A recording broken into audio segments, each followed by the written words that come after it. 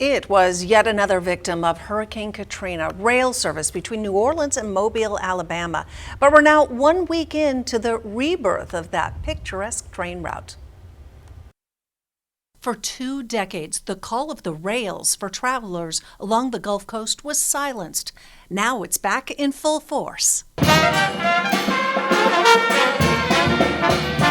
going to be your conductor today, Fred George, and I just have one thing to say, the thing we've been all waiting for. All aboard!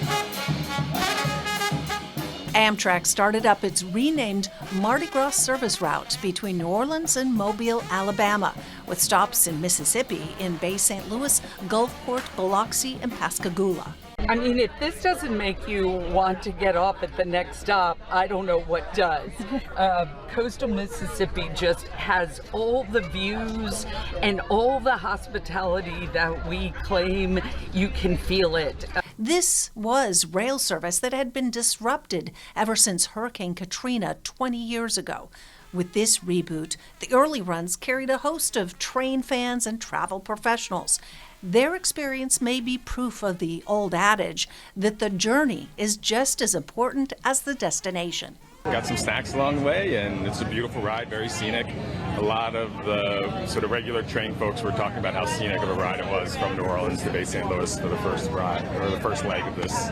At the eastern terminus, travelers will be disembarking close to major tourist attractions like the National Maritime Museum of the Gulf, historic Fort Conde, and the USS Alabama Battleship Memorial Park, as well as other attractions. While some federal funding and state and local support can keep this going for the next few years, the long-term outcome of the Mardi Gras service is dependent on the staying power of this mode of getting people on the go.